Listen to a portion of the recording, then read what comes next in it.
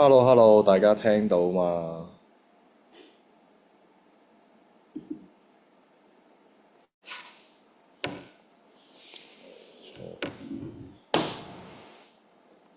哦，少少先。Hello Hello，大家聽到嘛？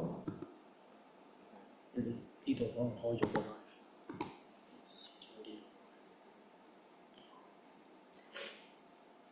好，聽到就我哋正式今日開始我哋嘅分享 section 啦。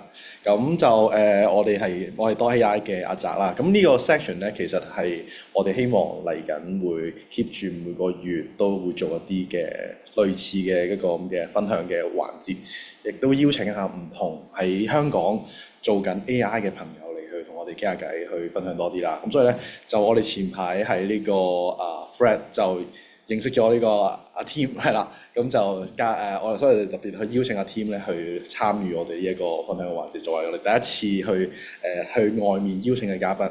咁就不如阿 Tim 又講下你嘅 background 先啦，好嘛？好，Hello 大家好啦，我係 Tim 啦。咁我而家就讀緊書嘅，咁啊係19歲讀緊 Year One 嘅。咁啱啱係咯，咁啊啱啱讀大學咁樣就萌生咗個 idea，就不如想創業啦咁樣。咁我就創業就喺 DSE 其實呢個 idea 喺 DSE 期間諗嘅。咁我諗到話，不如我做一個 project 出嚟，係想做大佢啦。咁樣就諗到呢個 Canto 10 AI 呢一個 project 嘅 idea 咁樣。咁就喺呢個暑假期間咧，就不停喺度研發 develop，跟住就 develop 咗一嚿咁樣嘅嘢出嚟。到而家咧，就都有唔少人用咁樣。不如同大家講多少少啦，因為聽嘅朋友咧未必咁快知道係咩你而家做嘅 project 係乜嘢。因為阿 Tim 就而家仲喺科大讀緊，Poly，sorry，我成日都講住。唔緊要。係 Poly 讀緊 Year One，係啦。咁你呢個 Canto 10 AI 嘅 idea 點樣嚟嘅？到底係一件咩嘅一回事啊？其實係咁嘅，即係頭先講考完 DSE 期間啦，其實我就有好多唔同嘅諗法 pop up 咗喺個腦度，就話不如我哋做一啲 project 出嚟。咁而 Canto 10 AI 其實係其中一個啦。咁最後點解係揀 Canto 10 AI 咧？咁其實就係我因應唔同嘅因素啦，包括就係佢易唔易做啦，同埋呢個 market 究竟需唔需要呢樣嘢嘅。咁 Canto 10 AI 究竟做咩咧？咁我由一個最初步嘅諗法咧，就係我想做一個東西出嚟，係方便到人去做影片嘅。即係包括係剪片又好啦，即係你係做 YouTuber， 你想做 content creator， 我想做嗰個 tools 係幫到呢啲人嘅。咁樣咧，咁我覺得最初步最易做嘅，亦都係而家香港人 content creator 最痛嘅一個點咧，就係做字幕。係啊。係啦，因為你諗下每一個聲，你要聽10次，可能跟住你條片要聽10次，跟住不停就喺度打翻個 transcript 出嚟，再對位。呢個係一個非常複雜嘅工序，即係我知道外國可能你講英文嘅話，其實出邊有好多唔同嘅 tools 已經係做到呢樣嘢啦，即係幫你 auto 去上字幕。但係其實我諗下，咦，原來廣東話係冇呢樣嘢嘅喎。其實我自己亦都係一個 YouTuber 嚟嘅，即係我自己有拍 YouTube 啦。咁我自己亦都明白呢個痛點。咁不如我就話，不如我就做一樣嘢，就係用廣東話去用AI 去生成廣東話字幕。咁就萌生咗 Canto 10 AI 呢個 project idea 出嚟。所以其實你本身自己都有做一個剪片嘅動作，咁所以就從自己出發啦。但係你講都係有幾個 project 喎，你仲做過啲咩 project？係，其實應該咁講啦，即係我寫 program 嘅日子咧，其實係即係我小學3年班已經開始寫 program 㗎啦。咁樣咧，我中間咧其實都不斷喺度鑽研咗唔同嘅 project 仔出嚟玩嘅。咁由 Canto 10 AI 之前嘅 project 咧，其實都叫做係興趣為主啦，即係我為一個興趣出發而做嘅一啲 project 仔。咁所以嗰啲 project 咧就冇諗過話做賺錢啊，或者做大佢咁樣。咁所以就主要咧就係攞嚟玩嘅啫，或者係當一個學習咁樣。咁而 Canto 10 AI 我真係想做一個 business 嘅。咁當然啦，develop 咗 Canto 10 AI 出嚟嘅之後咧，就開始多人認識我。係啦，多人認識我之後就有唔同嘅人揾我，想做唔同嘅 start project 咁樣樣。咁就而家都有一啲 start project 可能係做關於樂齡科技啊，或者係關於教育方面嘅 project 咁樣嘅。咁但係我主要都係而家時間分配上面咧，可能會專注於 Canto 11多少少。不過其實都好多我哋嘅 follower 都有問過我哋，即係呢個搞呢個 event 嘅時候，就係覺得其實創業好似都係一個好大嘅一件事啦。咁雖然即係可能大家可能有自己做緊生意，或者係準備有做咗生意，其實都棘住喺我到底我要做啲乜嘢嚟去 start 一個 project 咧？咁呢一步，咁你又讀緊書啦，咁你即係其實呢個都係聽眾好想知嘅問題，你點樣去平衡呢兩邊？咁你到底喺創業呢件事上面，你做咗啲乜嘢？投入咗啲乜嘢？即係你嘅意思係創業同學業方面？係啊。咁其實好坦白講啦，即係我相信有人會唔 agree 我呢個觀點嘅，但係我對我自己而言啦，我認為咧喺我放學業方面咧係唔重嘅。係啦，因為咧我覺得咧，即係我自己認為啦，就學校教嘅嘢咧就未必係咁幫助到我，即係有機會我已經有啲嘢識啦。當然我會有嘢唔識嘅，但係我覺得不如我直接係出嚟去呢個真實嘅社會去攞一啲經驗。所以我而家嘅擺重咧會係創業方面係多於學業嘅，which is 我個時間投放都係擺喺我自己業務方面多少少。你咁你朋友啊、屋企人啊點睇你呢件事？有冇話覺得都係好大風險啊？俾你專讀書啊？會唔會有呢啲咁嘅 suggestion？我叫做好彩啦，即係我生長喺一個家庭就係都比較開放嘅，咁佢哋亦都非常之支持我去做呢樣嘢，即係冇乜反對嘅聲音。即係佢當然唔係話叫盲目會放縱我啦，佢都會同我傾嘅。咁但係佢會俾一個自由度我去做呢件事，亦都覺得呢樣嘢其實有 potential 嘅，尤其是而家即係 AI 嘅世界上面，你都係做緊 AI 呢方面，咁我俾你去繼續發展落去。咁所以家庭方面咧就係非常之支持我去做呢樣嘢 ，which is 我都幾開心，都覺得幾幸運。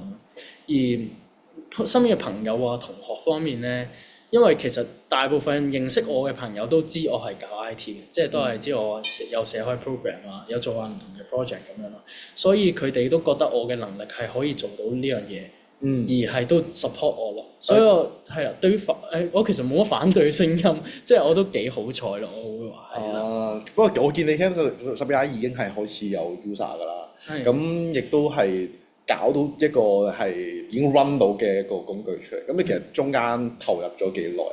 你搞咗呢個 project 我開始嘅時候好似係大概係上年7、8月嘅時候左右啦，就開始 develop。咁中間第一個 prototype 出嚟嘅時候，我諗大概2、3個月左右咧，就出到一個好簡陋嘅 prototype 出嚟啦。因為我認為你要創業嘅話，你應該係要 validate 個 market 啊嘛。咁而你應該係用最快嘅速度去產生一個 product 出嚟，睇下人有冇意見，睇下係咪真係有人需要用呢樣嘢啦。咁 which is 都係我嘅方向啦。咁我就用好簡單嘅方法，2、3個月就做到一個即係叫 OK 穩定嘅嘢，就即刻推出咗先。係啦，跟住但係個功能上可能好簡陋嘅，但係都推出咗先，睇下有冇人用。咁 which is 做原來反應都幾好。咁我就不停喺嗰個時段，就係有人用緊嘅時候，我就不停 refine， 不停喺度加功能。咁到而家咧，就都有一個唔錯嘅成績。其實我哋自己多 AI 都類近嘅個 experience，就係睇好多嘅，但係你話真係拎出嚟去做咧，其實呢個反而係棘住好多人嘅一個地方。咁你喺做嘅過程，你係中間你投入過啲乜嘢？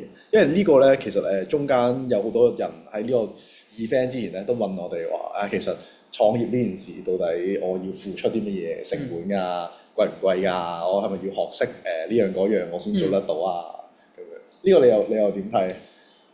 嗱，我付出嘅嘢，因為成個 Canto 11嘅 project 到而家都係由我一個人去做出嚟嘅，即係包括成間公司即係嘅營運啦，個 project 嘅 development 啦嘅，即係你要甚至係customer service 啦，呢啲所有嘢都係我一手包辦。咁所以作為呢個 startup business 嘅話咧，個投入嘅時間係必須都係多嘅。但係如果你話金錢上面咧，我覺得今時真係唔同往日嘅，即係你可能以前你想做一個 startup project，你真係要抌好多唔同嘅錢，你要抌好多嘅資源落去。而家有咗網絡嘅世界咧，其實呢樣嘢係即係個 cost 係，我覺得係門檻係降低咗啦。係啦，咁好似 Candle 10 AI 咁樣啦。我做完 development 之後，我推出。其實個 cost 只係我嘅時間咯，而一啲好濕碎嘅嘢，可能係個 website 嘅server 嘅營運啊，或者係你 register 個 domain 呢啲濕碎嘅 cost 咧，其實係即係正常人都應付得到嘅 cost 嚟嘅，唔會好大咯。所以我覺得創業嘅門檻而家係降低咗。咁你做嘅過程其實你覺得最難嗰一步係邊一步？即係你識寫 program 啦，係啦，咁就相對地容易啲啦。咁你喺成個過程，即係包括係你推個產品出嚟，揼個產品，去試個 market，去同人傾，呢啲咁嘅 step，你覺得邊個位係最難？其實我覺得係 marketing 係最難，係啦，即係你點樣可以令到人去認識你呢個產品咧？即係你作為一個零，冇任何人知道你嘅一間公司、一個 project、一個 website。點樣可以令到由零變到有人認識你，仲會覺得你個產品係好嘅咧？呢個步驟對於我嚟講係艱難嘅，即係但係我都算好彩啊，因為我本身其實有拍開 YouTube 啦，有營運 IG 咁樣啦，咁都叫做有一定嘅流量。咁我係由嗰度開始先嘅，我係推出個產品之後啦，然之後就拍咗條 IG Reels。就睇下有冇人用，有冇反應咁樣。which is 係啦，我一開始都係從呢度去 promote 咯。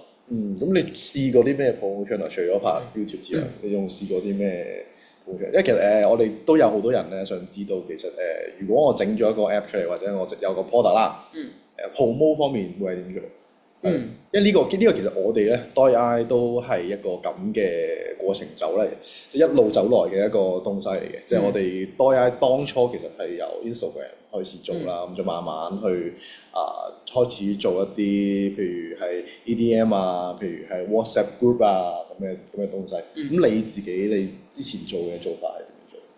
其實都我叫做分兩類啦，一類就係free 嘅promotion 啦，一類就係 paid 嘅 promotion 啦。which is 而家 Candle 10 AI 兩邊都有做嘅。咁但係一開始即係你未知個 market 嘅時候咧，我會建議係擺咗去 free 嘅 promotion 多啲先。即係包括就係 YouTube IG 啊，甚至係 Threads，which is 相信大家即係認識我可能都會係 Threads 啦，即係呢個 Threads 一夜之間就突然間20萬views 咁樣，係啦。咁呢一啲你要諗個辦法，點樣可以 catch 到人哋個 eye 咯？即係你點樣喺一個冇任何幫你 boost 到呢個 post 嘅情況底下，你點樣可以令到人 catch 到呢個 eye 之後，可能對呢個 post 有啲 engagement， 跟住就會令到你個 post 去爆紅，或者甚至你個產品點解會爆紅咧？咁呢啲都係一啲因素free promotion 成唔成功嘅因素咯。係啦，而 paid promotion 其實都即係好簡單啦，就係落 ads 咯。咁當然你都會要有一啲技巧點樣去落 ads 咧，即係譬如你個 target audience 係邊啲人啊？呢啲都係要考慮嘅嘢咯。你覺得咁你覺得呢啲嘢 AI 幫唔幫到你手？即係你會唔會都即係各種各樣嘅地方，邊啲位其實你係用 AI 幫手？因為呢個咧其實都係我哋即係好多 group 嘅朋友有問嘅問題啦。就係如果我係一個完全係素人嚟嘅，咁我去見到 AI 咁多嘢好玩，咁我就想試下做一啲我自己嘅 project 喎。咁呢樣嘢我要作為一個素人嘅話，你覺得應該佢要識啲乜嘢 skills 啊，或者係佢要做啲乜嘢先可以即係起到一個 project 出嚟？你覺得？嗱 AI 其實都有分好多種啦，即係 LLM 係其中一種 which is 都係通用嘅，即係通用嘅 general 嘅一個 AI 啦。我覺得如果你係一個素人嘅話咧，LLM 係絕對幫到你，即係包括係諗 idea，佢可以幫你 validate 埋你個 idea 啱唔啱？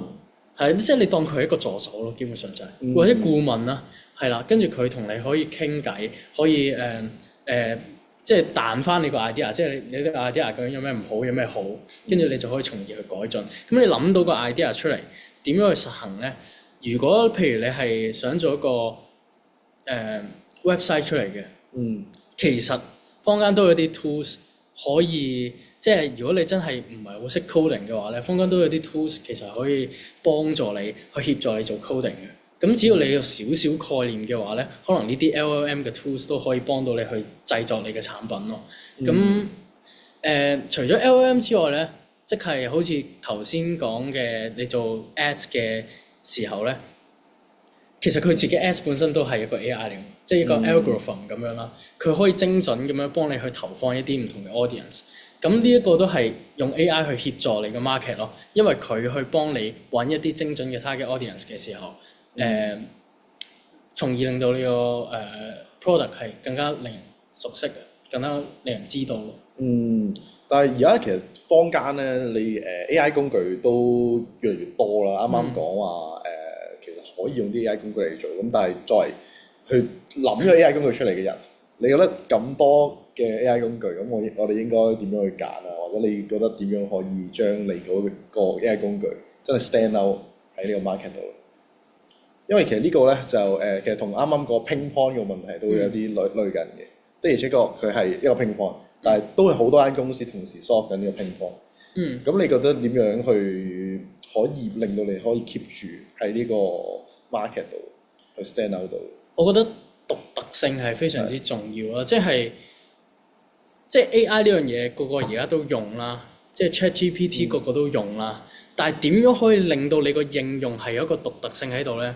即係我舉個例子或者舉個比喻啦，即係好似 Web 2.0咁樣樣。咁 Web 2.0其實就係一個 client 同一個 server。呢個技術一出嗰陣時候，個個都話好勁啦。雖然我唔係嗰個年代，即係咁講啦，係啊。咁但係嗰陣時一出嗰陣時，個個都話好勁啦。咁但係其實諗深一層，所有 Web 2.0嘅 function 都只不過係 upload 同 download，係咪先？你諗下 YouTube，你都係 upload 條片，跟人哋睇嗰陣時 download 翻條片落嚟睇啫嘛。咁 Google Drive 又係 Facebook 又係，其實所有嘢都係呢一個技術，即係 download 同 upload 嘅技術。去到而家 AI 呢個時代咧，都係其實個個都係用緊 AI 呢個技術或者 LLM 呢個技術。但係你點樣去應用呢個 LLM 咧，就係你嘅獨特之處啦。即係好似 Canto 10 AI 咁樣啦，其實做 subtitle 嘅 platform 度度都有嘅。但係我嘅獨特之處就係做廣東話咯。係啦，廣東話就係我嘅獨特之處，所以啲人就會因為呢一個獨特而用我個 platform。而當然啦，你係即係你要 keep 住喺呢個 market 嘅時候咧，你係要識得變通咯。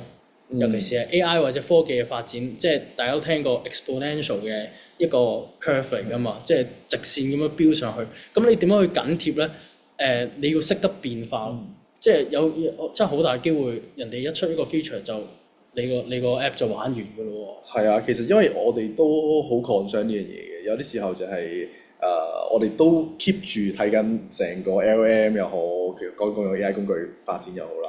好多時候就係佢突然間出咗新功能，其實譬如好似以前 LLM 讀唔到圖啊，讀唔到即係上唔到網嗰個階段咧，其實好多工具嗰陣時就係專門整咗呢樣嘢出嚟。但係而家 GPT-4 一 update，而家有 GPT-4.5啦，咁好快可能有 GPT-5啦。個多模態嘅即係模型越嚟越勁嘅時候，其實好容易會食到。你會唔會擔心即係可能有一日可能OpenAI 或者係 Gemini 佢而家突然間用到食到廣東話啦，係啦 read 到字幕啦，咁如果你去睇呢樣嘢嘅話，你會唔會有呢個 concern？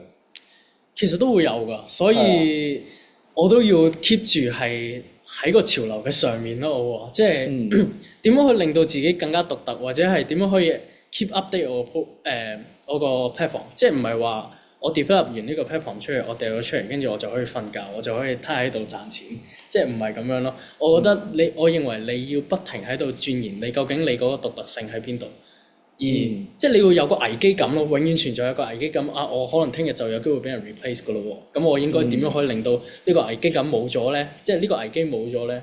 咁亦都係 Canto 10 AI 而家都係除咗做字幕之外咧，都 develop 緊唔同嘅 feature 咧，係呢個坊間可能未有嘅 feature。係啦，咁就 keep 住咗呢個獨特性喺度。咁你做呢個獨特性嘅時候，其實你個 research 嘅渠道係點樣嚟？即係呢個我又係一個好多朋友去問我哋嘅一個 channel，即係你哋咁多嘢發生緊，咁、你到底我點樣學呢件事咧？我點樣可以做得到一件類似嘅事？點樣 keep up 個 trend 咧？呢個你自己咧？你自己我自己就係 AI 學習嘅 channel 喺邊度嚟？其實都係社交媒體，即係可能 YouTube 啊，或者 X 啊呢啲，即係或者啲 forum 啦，online 嘅 forum 咁樣，我去不停去睇究竟可能真係好而家 AI 嘅世界真係每個禮拜或甚至每一日都會出一啲新嘅 update 出嚟，咁係難 keep up 嘅。但係我都會盡量去睇究竟有啲咩新嘅 trends， 有啲咩新嘅嘢出咗嚟，咁我都要留意下。有冇機會去 replace 到我咧？咁究竟佢 replace 到我嘅話，我自己究竟係有咩 value 咧？咁樣我係從呢啲渠道去睇。其實你中間有冇接觸過啲即係大啲嘅 corporation 嘅情況，定係都係 individual 嘅 user 為主？多 AI 啊！多謝支持你真係講，係啦。因為咧，其實我哋而家去同唔同公司去做corporate training、corporate service 啦，其實有個問題嘅，就係佢哋會有一啲 safety 嘅 concern 啦，佢亦都會有佢哋好獨特嘅 use case concern 啦。咁喺呢個過程當中咧，其實我哋做嘅嘢咧，就係去調整我哋嗰樣嘢係夠普遍，大家都用得到，但係咧，同一時間又要 fit 到佢哋嘅 use case，因為佢哋都會有一個比較具體、比較係就住佢哋自己公司嘅一個 operation 嘅一個 use case。你會點樣平衡你嗰個 product 嘅 development 方向？Candle 12 AI 咧，而家主要都係做 B2C 嘅，即係 business to customer，即係我哋都係以向大眾化、向即係 general 嘅一個方向係去即係接受人哋去購買或者 subscribe 我哋嘅 function。因為如果做 business to business 個限制咧，就係佢話咩你就去聽佢講，係啦。咁嗱，作為一個 startup 嚟講咧，可能做 B to B 賺錢嘅途徑會易啲，因為 business 嘅錢會多啲。你做 customer， 你要點樣去 spread 開佢？要多人用先可以賺到大錢咯。即係你個 base 要好大咯。而如果你做 B to B 咧，可能你一個已經夠做，即係以一個 startup 嚟講。咁所以做 B to C 係難嘅，但係點解 Candle 10 AI 做 B to C 咧？就係因為係每個 individual 都有機會需要嘅用嘅 use case 咯，即係無論你係想拍片，你係甚至你要做大學 project， 你要拍條片嘅，即係你要交片嘅，咁你其實都可以用。即係呢個唔係一個 business 嘅 tools 咯，所以暫時嚟講 Candle 10 AI 係面向 B to C 多啲嘅，就係啦，冇乜點樣係接觸其他 business 嘅生意咯。係因為呢個咧，其實我哋都有不斷咁去討論啦，即係我哋要即係始終創業開一個 business，咁你有成本，你要做發展，咁其實都係不外乎我一係一件貨平嘅價，但係就賣俾絕大多數人，或者係我單價高啲。咁你即係你聽落啦，咁你就應該係想做一個 affordable 嘅 product。係啦。但係有個問題喎，呢個咧都係我哋最近同其他創業嘅朋友去傾嘅時候咧嘅一個成日都會討論嘅嘢，就係香港個市場咧，其實大家見到人就係咁多啦，係啦。咁而你如果主打其實我哋係專門做廣東話嘅，咁其實廣東話嘅市場就係大就係你個市場添嘛，當所有人用。咁你會唔會有呢個諗法話，我想跳出香港話去做多啲嘢咁樣？會嘅，但係因為呢個同我個獨特性嗰樣嘢有個衝突喺度，所以暫時嚟講咧，我都會 keep 係廣東話嘅。但係，我哋係啦，咁我會 keep 係做廣東話，但係咧，即係除咗香港，我當然係會想做唔同嘅市場。咁其實粵語除咗香港都有唔同嘅地區啦，即係可能係大灣區馬來西亞、新加坡呢啲都會有人講粵語嘅。甚至點解馬來西亞、新加坡我會好想做呢個市場，就係因為佢哋好多時三文兩語溝住嚟用啊。即係講下，跟住你好嘛，跟住係 OK 咁樣，即係係啊。呢啲咧，其實 Candle 10 AI 處理得幾好啊。因為佢對於multilingual 嘅處理啦，你突然間講普通話，你突然間講英文咧，佢係會自動偵測到。係啦，你唔使寫話我今日講廣東話咧，佢就淨係 check 廣東話。係啦，佢係 check 到你中英夾雜啊，或者係你廣東話、普通話、英文夾雜咧，佢都 check 到。咁所以我都會想陸續咧，可能搞好啲香港先啦，跟住我就可能推出，可能睇下點樣可以 promote 到俾新加坡啊、馬來西亞嗰啲 YouTuber 或者係佢哋需要嘅人士去用。我哋都傾咗好多關於一啲 tech 啲嘅東西啦。我哋又不如又跳翻後少少，我哋講下即係關於香港創業呢一樣嘢啊。其實你之前有冇接觸過其他嘅創業嘅朋友？係都有嘅，係。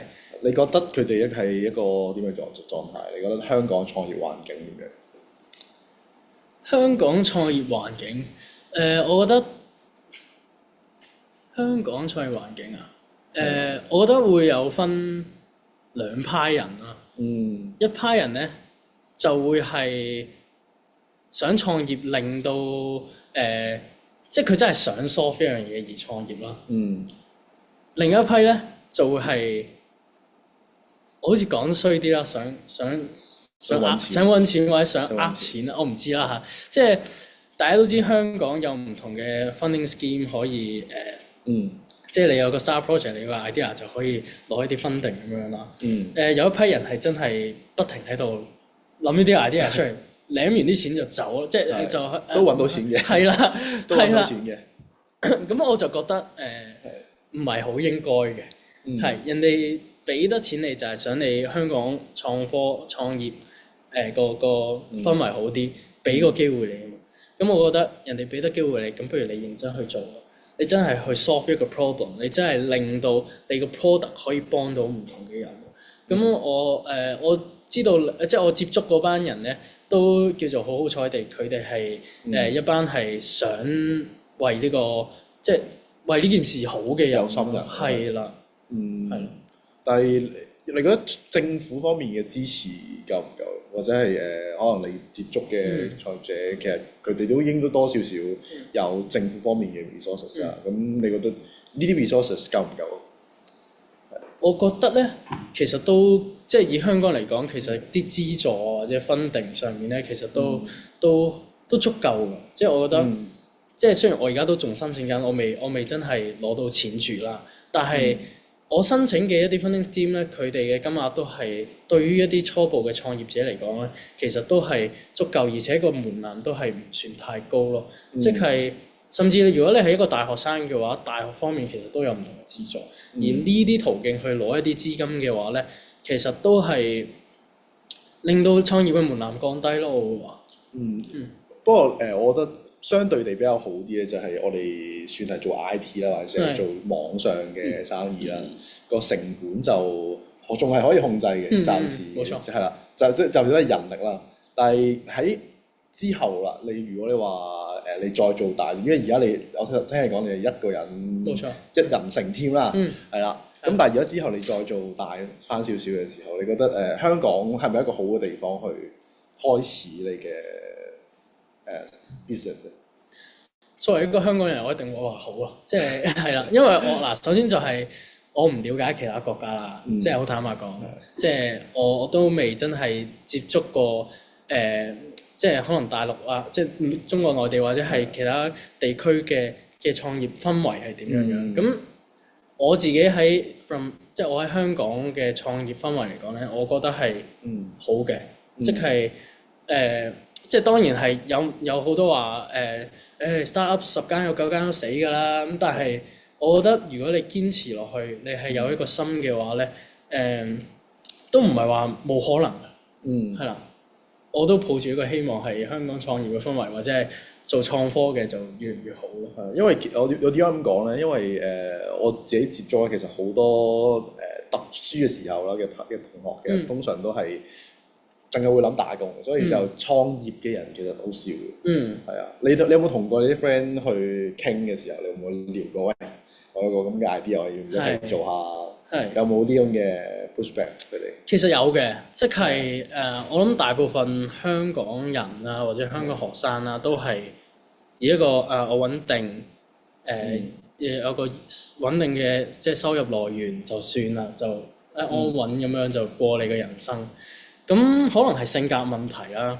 咁我自己係中意突破、中意挑戰嚇，中意闖下咁樣，咁所以就萌生咗創業呢個想法咯，就覺得我應該要行一條唔同嘅路，我唔想一世打工啊咁樣。咁嗰啲人有佢哋嘅諗法，我唔覺得係錯嘅，即係當然呢個世界都會有打工嘅人啊嘛，如果唔係呢個社會營運唔到啊嘛。咁唔係叫所有人都去創業，但係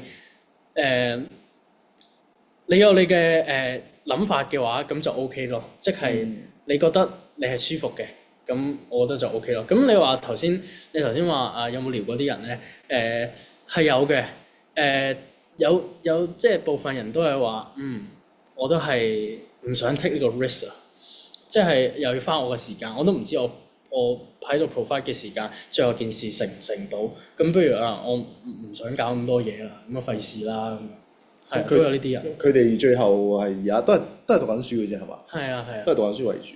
咁佢哋你同佢講完之後，佢哋完全係唔會幫手，純粹齋都有人會想幫手嘅，但係其實都有幾個仲傾緊啦，都係即係都有 approach 佢哋問，喂，你想唔想幫手？即係始終我一個人都 workload 都好大，即係我都處理唔到咁多嘢，我都想揾唔同嘅人幫手。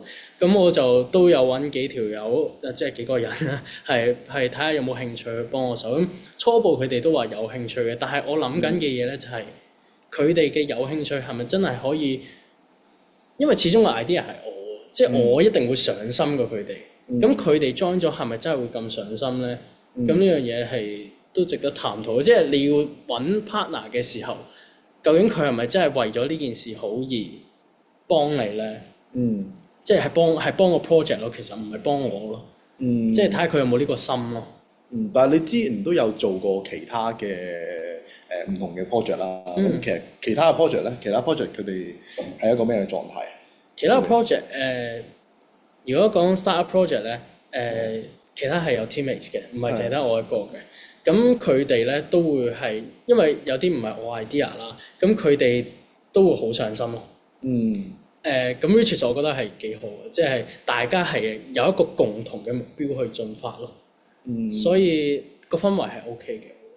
但係你覺得咁，如果佢哋呢啲新嘅 team 啦，咁佢哋負責嘅嘢應該唔會係開發啦，應該你負責去開發啦。咁你覺得即係作為一個普通人之外，如果我係一個普通人，我有呢個 idea，咁我要去真係嘗試去 execute 嘅話，佢應該要做啲乜嘢？即係除咗 promotion 之外，或者係如果我只要整個產品出嚟，我當嗰啲好似揼一個咁嘅你咁嘅網站出嚟，係咪？但係咪有想像咁難咧？定係其實都做到嘅，但係我要學 A、B、C、D 嘅嘢，定係其實 AI 就幫到手啦咁樣。你覺得係邊一個 level？其實我覺得咧，首先你一定要知，譬如你想做一個 tech 嘅 product 出嚟啦，你一定要知道一啲基本嘅概念先。即係唔可以，而家 AI 係唔可以話完全100% replace 到人類嘅 programmer。因為咧，其實我哋接觸好多比較 layman 啲嘅朋友仔啦，咁就通常咧都會覺得AI 一係就完全幫唔到手，或者 AI 都係幾得意啦咁樣。咁有一啲咧就會對 AI 抱有一個非常非常大嘅希望啦，就覺得覺得佢好有能力。係啦，AI 應該呢個揾 AI 做啦咁樣係咪 ？AI 幫我寫 program 啦，AI 幫我整網站啦，AI 幫我即係處理呢樣嗰樣啦。咁但係實際情況，你覺得作為一個真係用緊 AI，亦都係整個 tech product 嘅人，你覺得佢幾多喺邊啲位置度係可以幫到你手？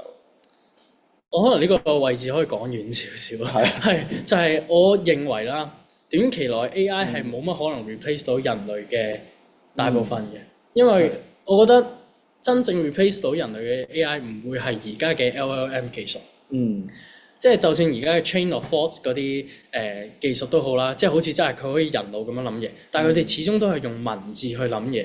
我哋嘅人類，我哋嘅人腦絕對唔係得文字喺度。我都唔知我哋嘅人腦有啲咩，人腦好複雜啦。但係我哋嘅諗法，我哋嘅人腦嘅算力絕對唔係淨係得文字咯。所以我認為 LLM 咧只係一個輔助工具。對於短期內都會係啦。我會話係可能5年內都會係一個輔助嘅工具，輔助人類去達成到一啲嘢。咁當然佢係降低咗好多唔同嘅門檻。即係好似頭先講，如果我一個乜都唔識嘅人咧，我學習到一啲基本嘅，譬如個 website 係點樣營運，個 website 係點樣 develop 出嚟嘅，咁樣我有個 idea，我有個概念嘅時候咧，我就可以用啲可能 LLM 嘅一啲 AI 工具咧，去幫我去砌呢嚿嘢出嚟。但係你要有個概念先咯。如果唔係，你係完全唔知個 LLM 做緊啲咩噶嘛。咁譬如佢個 LLM 出錯啦，咁你點咧？你都唔識點樣去 fix 呢個 bug 啊，或者係點樣？咁譬如你要做一個真係做一個 website 出嚟啦，我覺得 LLM 係可以做到6-7成嘅嘢嘅，即係佢可以幫你做 styling 啊，佢可以幫你 develop 一啲基本嘅 logic，係啦，我覺得呢啲咧佢係幫到手嘅。不過可以講多少少啦，即係如果佢整完個 website 出嚟，其實背後會有啲乜嘢，佢一定要用人去揼嘅，即係可能係如果我唔識寫 code 嘅，咁我可能叫 AI，因為而家咧最近啱啱 POE 出咗呢個create app 好似係 create app 嘅呢個功能啦，咁應該好多 POE 用家都有用㗎啦。咁而同一時間我哋即係我哋各自都有喺唔同 channel 有講過下，即係譬如可能係Webpack 啊、V0啊呢一啲咁嘅工具，其實都上手好快嘅，個體驗好好嘅，係啦。我撳兩個掣，幫我整個 website，然之後即刻1、2、3個 website 出咗嚟啦。咁點解個 website 用唔到咧？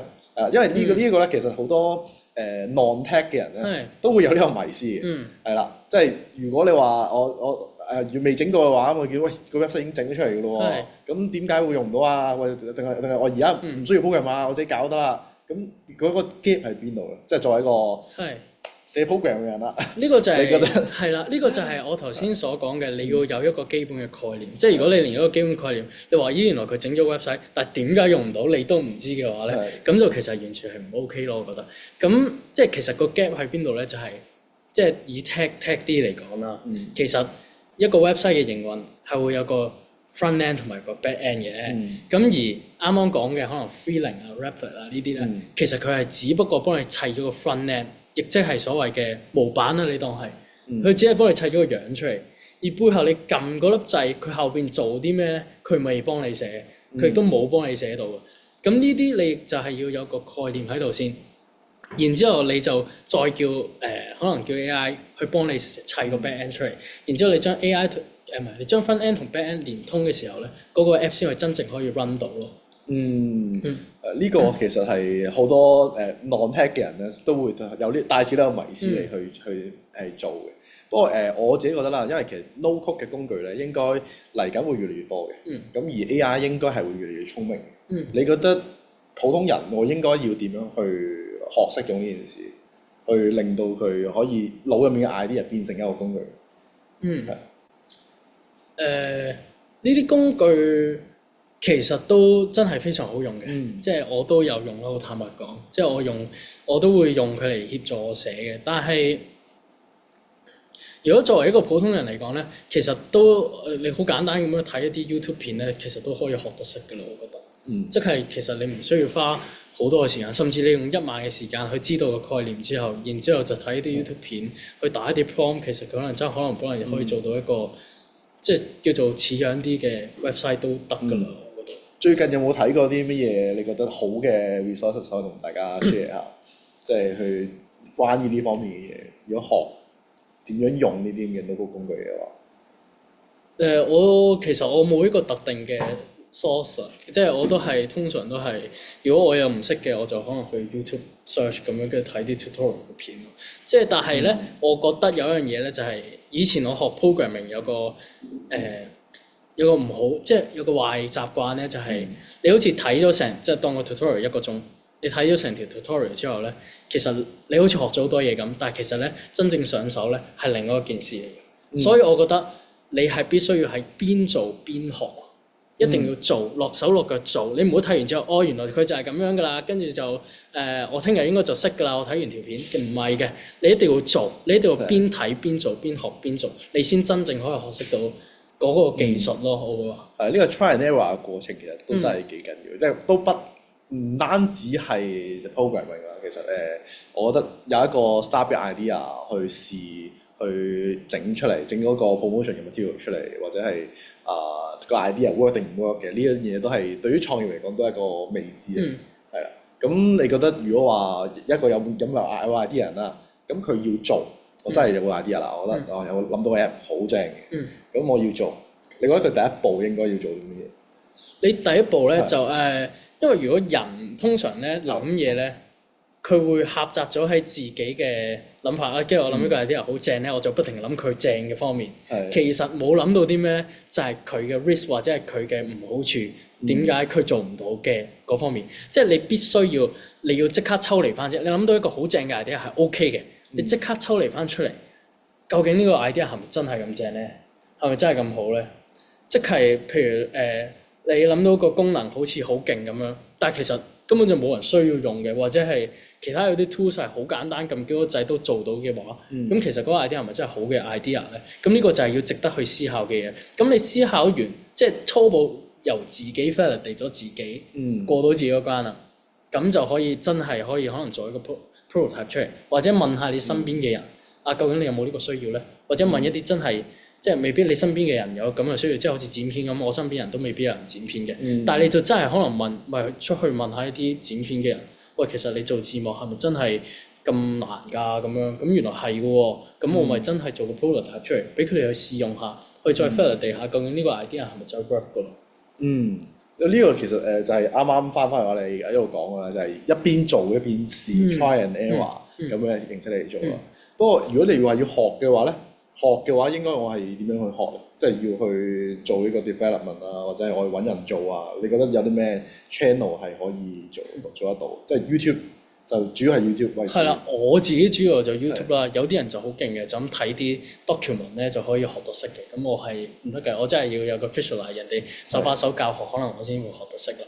咁但係如果你覺得你自己 OK 嘅話，你咪上網，即係台灣有個字叫爬文啦，咁你咪繼續自己喺度爬，咁你爬完之後你覺得你係 OK 嘅，咁你一邊爬一邊做，咁樣試到出嚟就我覺得都 OK 嘅。你覺得最後一兩個問題啦，因為都時間差唔多。你覺得對於而家有 AI 嘅幫助之下啦，其實你會覺得係年輕人會更加多有機會嘅，定其實都係 open to all，即係因為特別你都有唔同嘅 project，有唔同 partner 啦，係咯。你覺得邊一邊嘅人或者係會喺呢件事上面會做得好啲？因為其實啱啱都有講過啦，其實創業呢樣嘢需要有業務經驗，需要即係落手做過，你先知有咩難啦。咁但係學生又好似係我應該有時間學喎咁樣。咁你覺得邊會有優勢多啲？如果講機會嚟講，兩邊其實都有機會嘅。咁但係所有嘢都有好處壞處啦。係。咁如果你講年輕人方面咧，我覺得佢嘅好處就係佢緊貼潮流嘅能力一定係強過可能年紀比較大嘅人啦。咁佢嘅 creativity 都會高啲啦，因為佢即係我話可能佢未俾呢個社會嘅局限焗住咯，即係可能你生活咗好多年之後，你可能已經係已經慣上咗呢個社會嘅運作嘅時候，你可能好難再去做一啲突破嘅 idea 出嚟。咁我覺得年輕人嘅好嘅即係強項優點咧，就係佢哋嘅突破思維，即係 think out of the box 嘅能力係高啲嘅。which is 佢喺 AI 上面，即係佢喺 AI 創業上面會有優勢咯。咁而佢年長即係年長啲嘅人咧，佢哋可能會比較有經驗啦，佢哋會有即係無論係對於呢個社會嘅經驗又好啦，同人溝通嘅經驗又好啦，佢哋會呢一方面會強啲咯。咁所以我覺得兩邊都有一個平衡喺度嘅，即係兩邊都係有機會，但係冇話邊邊好邊邊唔好咯，即係兩邊要各有優勢咯，係啦。不過因為都非常之多謝你嘅時間啦，多謝。係啦，同埋我哋今日咧最後都講多少少我哋嚟緊要做嘢啦，因為我哋多一咧嚟緊我哋都會有各種各樣嘅 AI 嘅課程嘅，同埋都阿 Tim 亦都要邀請佢之後咧，亦都會成為我哋嘅客席嘅導師，係啦。咁同埋你又可以講下你呢個 Canton 10AI 嚟緊嘅發展定會係點啊？係。咁其實 Canton 10AI而家主要都係做字幕啊，即係廣東話字幕。其實佢最簡單就係你掉條片上去，佢會幫你 run 完process 完之後咧，就 generate 條字幕出嚟啦。咁嚟緊咧，我有個 ultimate goal 咧，個 vision 咧，就會係想由諗 idea 到點樣拍條片、剪條片，去到出條片咧，中間係自動可以 AI 化咗佢，用 AI 去自動化咗佢。咁我嚟緊會出兩個 feature 啦。咁一個 feature 咧就係 audio 轉 visual 嘅東西。咁咧我知道有啲 YouTuber 啦，或者係有啲人咧拍完個 content 佢唔想出樣嘅。咁咧你錄完音之後咧，佢幫你 gen 咗一段字幕。咁 AI 咧就會透過你字幕嘅內容咧，去擺一啲 visual 上去，即係無論係一啲 footage 啦、一啲 B-roll 啦，甚至係 AI gen 嘅圖或者片咧，就幫你配上去，咁幫你加埋字幕，咁就直接可以出到條片㗎啦。即係錄完把聲就已經係自動攝自己圖上去啦。冇錯。係啦，咁第二個功能咧，呢個 podcast 咧都可能有機會用到喎，就係咩咧？就係 long video 轉 short video 嘅功能。咁咧佢就係幫你喺一條好長嘅片，即係其實唔一定好長嘅10分鐘或者一條可能1個鐘2個鐘嘅片咧，佢就會幫你喺條片嗰度揾一啲精華出嚟，然之後就幫你 cut 咗佢，就可以咧可能擺喺YouTube Shorts 啊或者 IG Reels 啊 TikTok 啊呢啲平台用嘅。即係我知大家都可能而家錄 reels 嘅時間，可能都應該多過 YouTube。咁有啲人，但係又話想拍 YouTube 喎，咁你拍完條 YouTube 片，可能可以用我工具，就變成一啲 reels 就可以直接出啦。唔同 channel 都打，呢個 promotion 都係非常有用。好，咁跟住落嚟嘅時間咧，就會係回答下現場觀眾嘅問題啦。咁同埋咧，我哋都會 send out 一個問卷嘅。咁如果今日參加嘅朋友咧，就記得喺呢個問卷嗰度留個 comment。咁同埋咧，我哋亦都會送翻相應嘅呢個優惠碼，係啦，Canon 10 AI 嘅優惠碼，同埋咧我哋嘅課程嘅一個promotion code嘅。咁就大家可以而家咧就得閒嘅話咧，就幫我哋填個問卷，同埋咧我哋而家都抽少少時間嚟回應一下現場觀眾嘅提問先。好，好，第一個就係阿 Net 係啦，就話點解你當初會有 Canon 10 AI 呢個 idea？你係咪呢個都好似都有高呼過下？可以補充一下。係啦。點解會諗到做字幕片呢個？冇錯，其實就係因為最初我自己都有拍片。而我知道呢一個係對於廣東話，即係對於香港人嚟講係一個痛點。咁當你得知一個痛點嘅時候，你就可以諗一個solution 出嚟，點樣可以解決呢一個痛點？which is 就係創造咗 Canon 10 AI 出嚟，由自身嘅痛點出發啦。冇錯。好，我哋繼續睇落去。點樣 balance 讀書同創業？你啱啱係啦，係啱啱提咗啦。Year 1嗰個應該讀書冇咁忙係嘛？係都叫做 OK 嘅，係啦。所以我叫做冇 balance 到啦，因為創業喺呢度啦，學業喺呢度啦。但係個出到嚟個成績都叫做 OK 啦，係啊。OK。有一句10 banana，因為10 banana 係你係啦，10 banana 係競爭對手。你覺得有咩唔同？你有咩優勢啊？咁我哋嘅優勢咧就係我哋有唔同嘅 AI feature 啦，而家包括就係即係有時咧，我知道 AI 即係未必咁準確啊。咁例如一啲專有嘅名詞啦，就好似 AI 啊，或者 Canon 10 AI 或者一啲好特別嘅人名咧，佢有嗰個 AI 認唔到，因為佢個 database 冇呢樣嘢，我從來都冇出現呢個字。咁嘅時候咧，我個功能叫做自定義專有名詞嘅。OK。係啦，咁你自己可以打一啲 keyword 上去，即係 upload 完條片啦，你打一啲 keyword 上去咧，佢就會因應你嘅 keywords 係啦，去 replace 翻佢覺得相似嘅讀音。咁佢就會用你啲 keywords，instead of 佢產生一個錯嘅字出嚟。OK。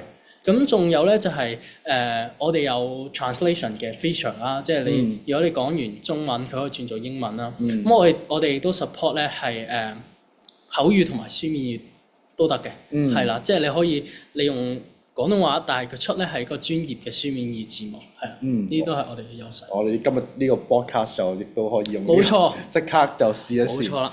好，呢個發展 Canon 10 AI 期間最 mind-blowing 嘅嘢係乜嘢啊？mind-blowing 啊？係啊，即係你有冇啲乜嘢係哇？我以前做之前我係冇諗過嘅，但係做下嘅時候，哇！原來係咁嘅情況嘅喎。mind-blowing 就會係個 Flash 爆紅都幾 mind-blowing 啦。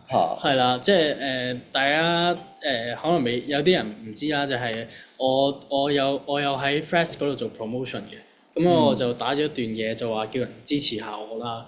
咁樣 which is 佢係一夜爆紅啦，叫做咁嗰樣嘢突然間多咗好多人認識我，甚至有人喺學校話：咦，喂，我認得你喎，咁樣喎。咁呢樣嘢對於我嚟講都幾 mind-blowing 咯，係啦。係一個美麗嘅意外嚟嘅。冇錯。係啦。好，咁我哋今日睇下仲有冇其他問題先。OK，仲有呢個問你點解咁靚仔？我都唔知。要問下阿媽。問阿爸。問阿爸啊嘛。係。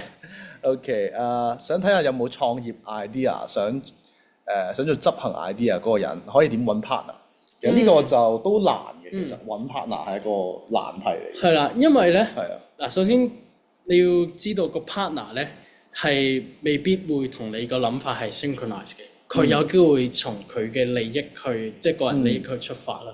即係你點樣可以帶到俾佢有，即係你點樣可以令到佢去 buy 你呢個 idea，而去真係幫你呢個 idea，而唔係為自己個人利益咧。咁呢個我都仲摸索緊，即係作為一個19歲嘅年輕人，呢啲係啦，我都仲摸索緊點樣可以做到呢樣嘢。但係你話從咩途徑咧？即係可能就 LinkedIn 其實都係一個唔錯嘅平台，去揾一啲人。咁點樣去令到呢啲人去 buy 你咧？就係另外一個故事啦。就我都仲摸索緊，係啦。所以點解我都好 surprise 你而家咁大件事你都淨係自己一個人做，因為其實都係難。因為我哋多 AI 當初嘅時候，其實都係兩個人。其實之前我哋當 AI 咧都有另外一個 partner 嘅，咁就係因為各種各樣原因啦，佢又忙，跟住就投入程度冇咁高，跟住就慢慢飛歐咗。其實呢個係難揾嘅，係啊。不過你嘅好處就係你係有讀緊書啦，所以就你身邊有冇問過下啲人？即係都有嘅，係啦，即係我自己其實係讀 computing 嘅 AI 啦，咁身邊都有唔同寫 program 嘅人嘅，咁但係佢哋即係可能寫 program 嘅人咧，佢哋嘅諗法未必咁全面啦，佢哋可能會即係比較以嗰個 tech 方面嘅嘢去諗嘢咯。而 which is 我嘅諗法可能會比較全面啲，我係諗緊成個 idea 究竟 work 唔 work 啊？佢究竟係咪一個好嘅 idea？我會諗呢啲嘢咯。咁所以揾 partner 都要揾一啲即係有唔同技能嘅係 OK 嘅，但係唔可以係封閉自己嘅人咯。我覺得要互補呢個都係好緊要。係好除咗字幕會唔會有埋剪片可言問？呢個好似你之前有同我提過下。係啦，咁咧其實咧頭先嗰兩個我有提過嘅功能都會係即係關剪片事啦。咁我希望啦 Canal 10 AI 嘅 vision 咧係好似你咁講 all in one 剪片嘅，即係你拍完一啲片，你去掉晒你啲 footage 俾佢，佢可以幫你自動去揾一啲適合嘅 footage， 然之後就溝埋一齊咁樣。咁我都唔講咁 detail 啦，費事人哋嚇知道我嘅 idea 係啦，咁樣係啦。咁但係係啦，大家密切留意下 Canal 10 AI 嘅動向，可能突然間就出咗呢個 function 都唔知㗎。期待嘅 ，OK，應該仲有一個係啦。如果冇 idea，但係想要用 AI 創業嚟揾錢，可以點樣諗到 idea？其實呢個啱啱你有講過啦，即係 start from pain point。咁你覺得如果你之後你去諗 idea 嘅話，或者係你其他 idea，你會點樣用咩方向嚟諗？係咯，都係留意下呢個社會，即係除咗自己，咪留意下呢個社會究竟有啲咩 pain point， 有啲咩係未 solve 到嘅，而你認為 AI 係可以 solve 到，即係我自己認為啦。如果未來嘅大方向啦，即係好似做嗰啲股神預測添，不過唔緊要我預測下未來 AI 大方向咧，我會認為係教育啦、醫療啦，同埋可能法律上面咧都有機會係唔錯嘅方向。大家可以密切留意下呢幾個area。好，咁應該今日如果冇其他嘅朋友嘅問題，仲有一個係，如果 over 5個鐘嘅長片會唔會support到？其實咧我哋如果我冇記錯咧，我哋最貴嗰個 plan 係可以 support 最多都係5個鐘嘅啫。咁如果你覺得你如果係唔得嘅話，你咪 cut 一半，然之後分2條片咁 upload 上去，都冇問題。係。好，咁就係咯。如果或者你 inbox 佢叫佢另外搞。係啦。好，咁就感謝大家今日參與我哋嘅 sharing 啦。Thank you 大家。係啦，咁就如果有冇問題或者意見嘅朋友咧，都記得留翻個 comment，咁我哋會送翻個 promotion code 同埋呢個我哋嘅推薦碼係啦，咁樣。好，咁就今日 thank you 阿 Tim 嚟參加。係啦，好，咁就今日就去到呢度啦，我哋。拜拜。拜拜。